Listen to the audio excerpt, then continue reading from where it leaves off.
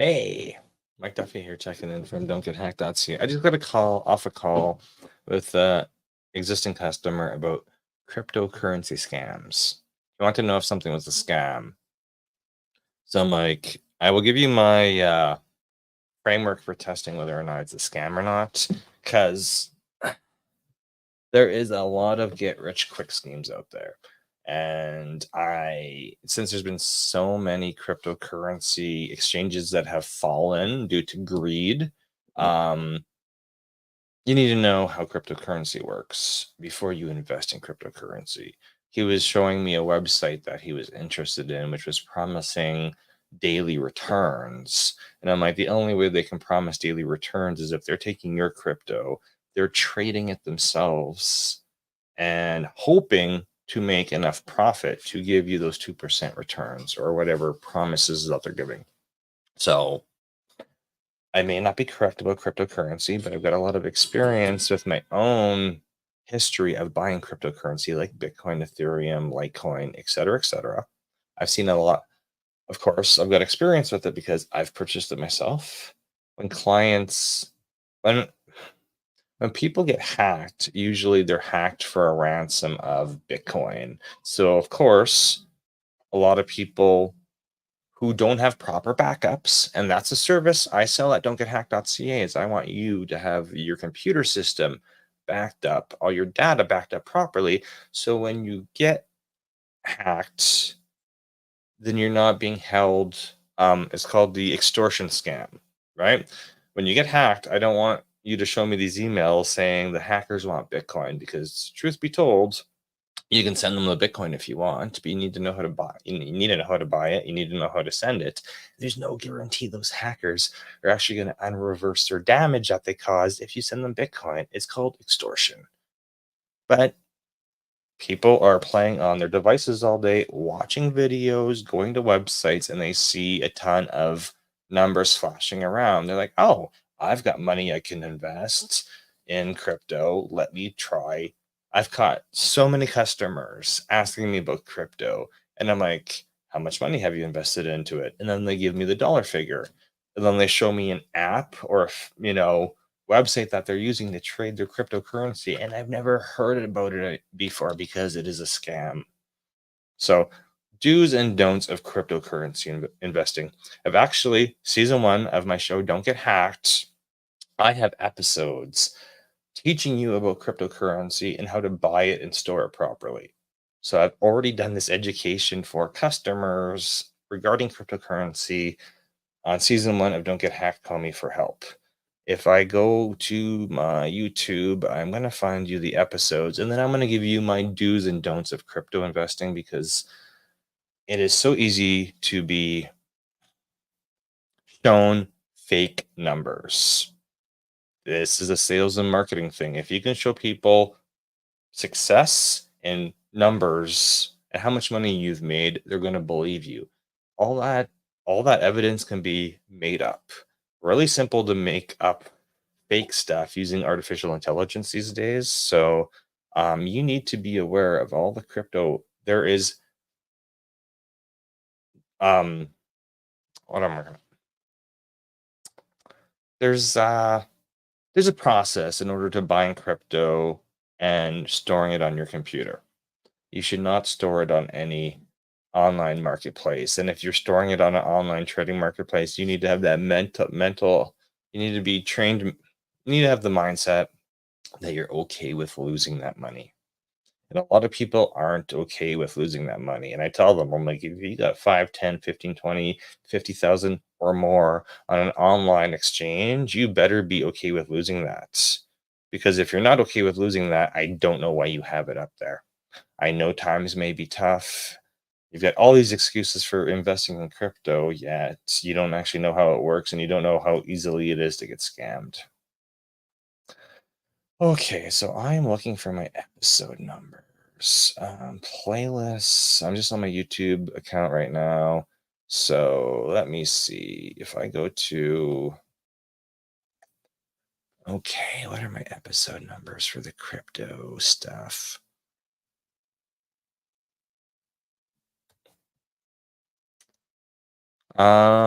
Season 1, episode 11, Don't Get Hacked, Call Me for Help, What is Crypto? And then the follow-up is episode 12, Bitcoin.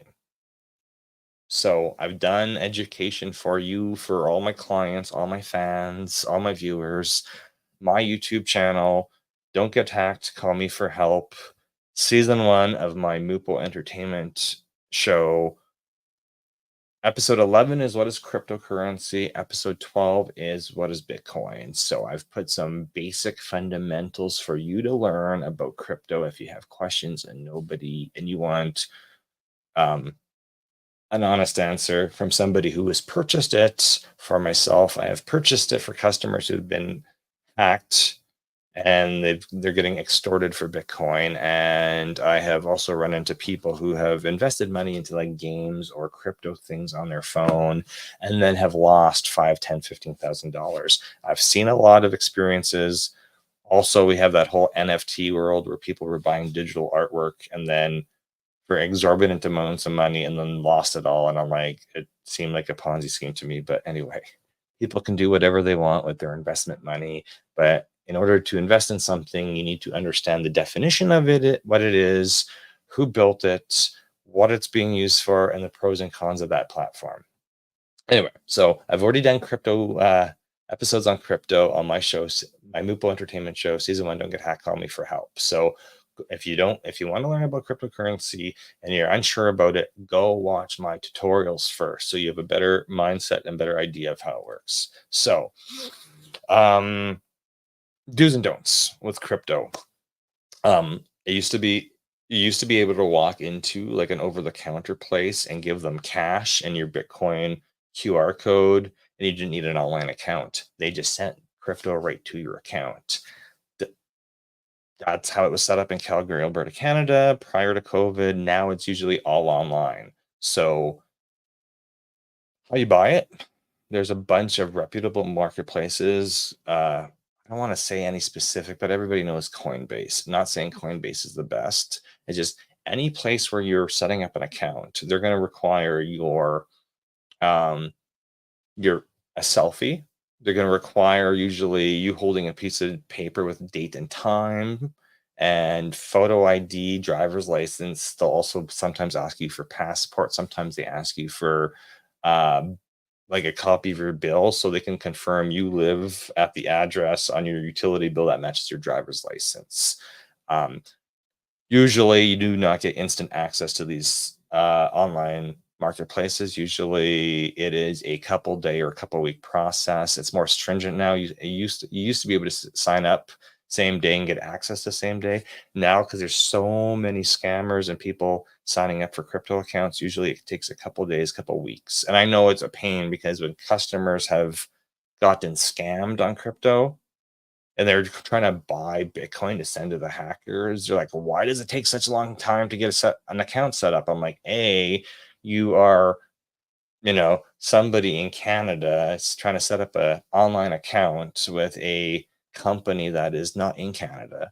B, you're going to literally be sending tens of thousands of dollars to buy Bitcoin to pay the hackers. So it's not something that happens in 24 hours. It usually takes days, if not weeks, to get accounts set up to send crypto, to buy crypto, to send crypto. Um, the real test of any crypto marketplace is what's the ease of you sending money to them and seeing it actually getting deposited in your account, and then how easy is it to take it out and put it back on your computer?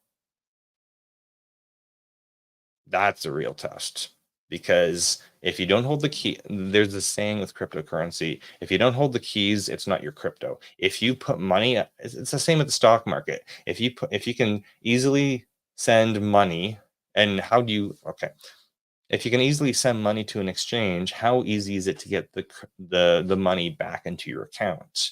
If there's a whole bunch of roadblocks, red flag is a scam. If you can put money up easily, but it's a bunch of hoops to jump through to get it redeposited back into your with crypto, you would have a crypto wallet on your phone or on your computer. If it's not easy to get that money out, it's a scam.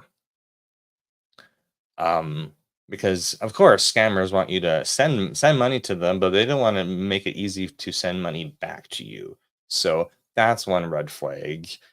I usually tell people if they're interested in, trading crypto, like the crypto market is just like the stock exchange. Stock exchange is regulated. Crypto is not really regulated. It might be regulated in some countries right now, but um, regardless, don't buy it if you're not willing to lose that money. So if you want to play with cryptocurrency, this is like literally the phone call I just got off of. I just spoke to somebody for like half an hour, giving him my experience with my purchase of cryptos and helping other people buy cryptos.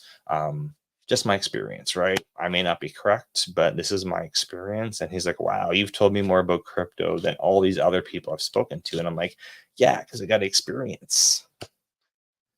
Anyway, don't invest money that you're not willing, you're not okay if you lose it, right? So if you want to trade cryptocurrency, what you should realistically do is test out the marketplace. You know, if your budget's 100, 500, 1,000, put that money up in the crypto marketplace, like the stock exchange, and then see what the ease of pulling it out is. And if it's too much effort with a small amount of money, it's going to be a nightmare with a large amount of money. Just to give you a heads up, everybody says everything's easy, but that's if they've got a ton of experience and they're very patient. Not a lot of people have a built in tolerance for patience, right? So when things get a little bit tough, they get scared and the emotional reaction and financial loss and emotions come out and nobody wants to deal with that hot mess. Just pointing out there, your spouse does not want to deal with your hot mess of you losing money if you don't know what you're doing with your money. Anyway, so where was I with that train of thought? Okay, so if you've figured out that it's easy to send money, like any of these marketplaces, usually easy to buy it. Once you get your account set up, usually easy to buy it. You send money, you wait for them to fund your account, and then you're like, hey, I've got money in my account now. I can buy Bitcoin or Litecoin or Ethereum or all the other coins. There's so much crypto out there, but you should really have a little bit of research on what you want to buy.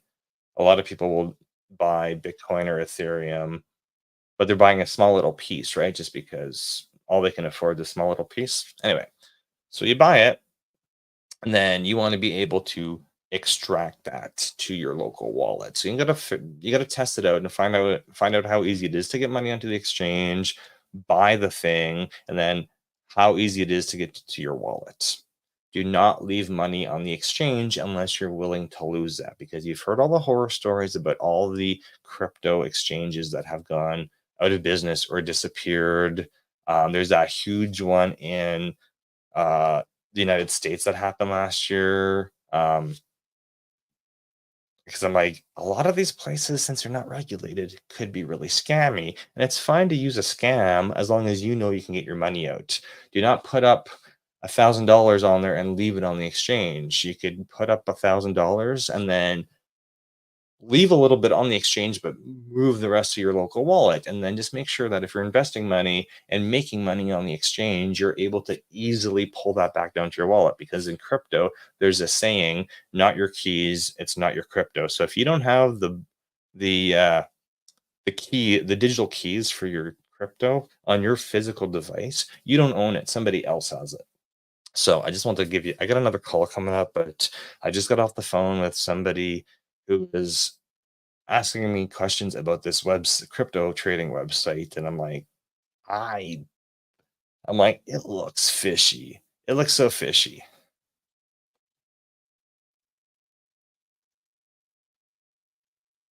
Yeah, I also have customers asking me about if they can accept crypto, and I'm like, it's easy to, get a Bitcoin wallet or any of this stuff and send it to people. Um if you want to pay me for my tech services in crypto, I can give you my Bitcoin wallet or my Litecoin wallet or my Ethereum wallet. I've had some ask, nobody's ever sent. At the end of the day, everybody sends me cold hard cash. They send me cash or e-transfer or a credit card number, right? So I can accept crypto. I've never had anybody offer. I've had a few offer to send it, and at the it's like somebody telling me that they're going to pay with e-transfer, and then the e-transfer never shows up, and then 5 days later they're putting it on their credit card because I know they got cash flow issues.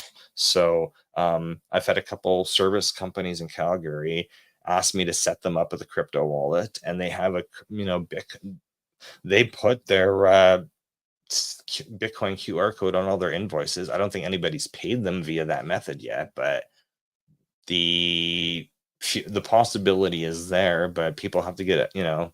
People right now are rolling in their the old currency, right? Physical cash or electronic through credit on credit cards. So when's that going to change? Well, it might change in the future. I think everybody's kind of waiting for the devaluation of the US dollar to keep continuing. And there's a couple worldwide signals out there that that's happening. I think we're setting up an office in Dubai, and I think the Emirates just told all their partners that rather they're not taking US dollars for the oil money anymore, that they want the dirham, the Emirati dollar, as payment for oil going forward. So there's all these little things that are kind of happening around the world. I've been told for 20 years that the US dollar is going to crash. Hasn't crashed yet.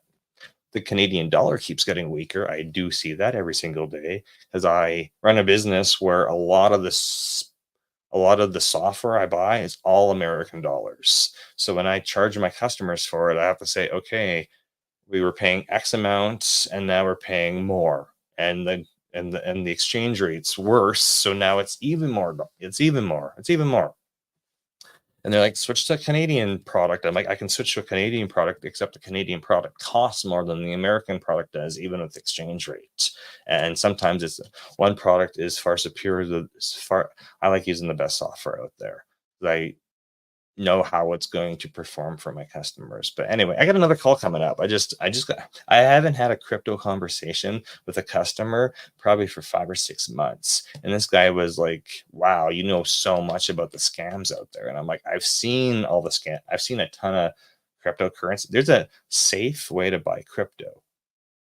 But that's only if the crypto ends up on your computer in your wallet at the end of the day and you got the keys for it. If it's, we can get into the whole thing with the Canadian government freezing bank accounts during the Freedom Convoy. Was that legal? No, but the government can really do whatever they want. So if you're not participating the way they want, they can go and call the banks and freeze your assets in your bank account. Same stuff happens with crypto. Those online crypto accounts can disappear overnight. So unless you've got that cash, that crypto in your physical wallet, why are you trusting these big organizations with it? Anyway, some food for thought with that. So if you have any cryptocurrency questions, I've got 2 episodes on season 1. Don't get hacked. Call me for help on mupoentertainment.com. And I'll do more crypto conversations with anybody who asks me about crypto, because I've bought it. I've been scammed once before. I've bought it for customers. I've helped them send it to hackers, even though I told them not to send it to hackers. And I've seen people get scammed on crypto games. Like, there's so many apps out there that promise you money, and you're sitting there all day on your phone. You've uploaded money to it and you're playing with it. But I'm like, if there's no way to extract that crypto from that game or that trading system that you're using, it's a scam. And there's so many easy ways to make money, and people are so trusting these days. You want to trust trustworthy people and not just trust a bunch of flashy numbers and graphs on a website, because all that stuff's done with AI, and it's super easy for like teenagers to make scams because they've had YouTube as their teacher for the last 20 years, and all the scams are on YouTube. Like, you can literally go watch scam videos on YouTube. There's IT guys who actually do this, where The Indian call center, the scammers in the Indian call centers. Well, there's hackers, there's IT guys in North America who actually scam those scammers because there's a way to scam them in reverse. Once you get them on the phone and they've got a connection to your computer, you can actually scam them. So everybody's learning all this stuff from YouTube and then testing it out in the real world and see who is gullible enough to follow for quick, easy money. Anyway, I got a call to go to. And it's been 20 minutes. Wow, my crypto talk today has been 20 minutes. If you need any advice on cryptocurrency, let me know.